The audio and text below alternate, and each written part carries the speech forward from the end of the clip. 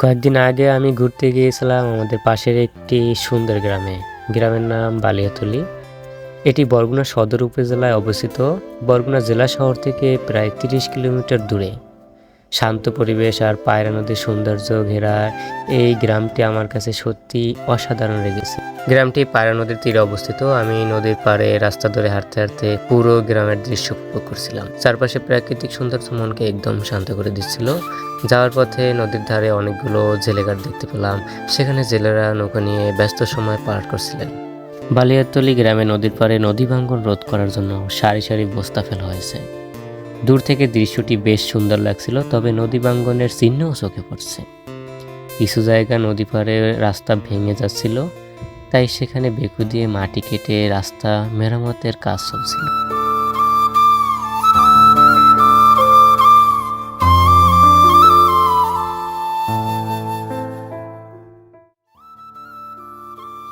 এই দৃশ্যের পাশে একটি ছোট্ট ঘর ভেঙে ফেলতে হয়েছে।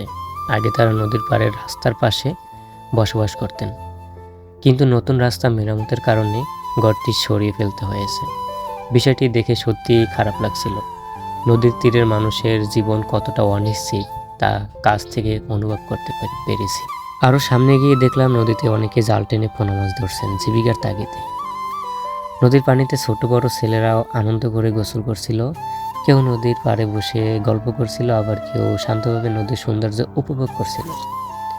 নদীর পাড়ের রাস্তার পাশে কিছু বাড়িঘরও দেখলাম, যেগুলো বন্যার সময় বেশ ঝুঁকিপূর্ণ। আমি যত সামনে হাঁটছিলাম গ্রামের সৌন্দর্য ততই আমাকে মুগ্ধ করেছিল।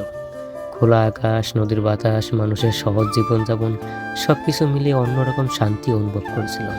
তবে সন্ধ্যা হয়ে যাওয়ার কারণে বেশি সময় ঘুরতে পারিনি। শেষ পর্যন্ত সুন্দর কিছু স্মৃতি আর ভালো লাগা নিয়ে বাড়ি ফিরতে হয়েছে।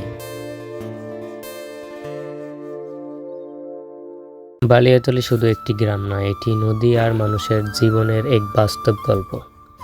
এখানে যেমন প্রকৃতি সৌন্দর্য আছে, তেমনি আছে নদী ভাঙ্গনের কষ্ট আর সংগ্রামের চিত্র। তবুও এই গ্রামের মানুষগুলো তাদের জীবন নিয়ে এগিয়ে চলছে। এই ভ্রমণ আমার মনে দীর্ঘদিন স্মৃতি হয়ে থাকবে।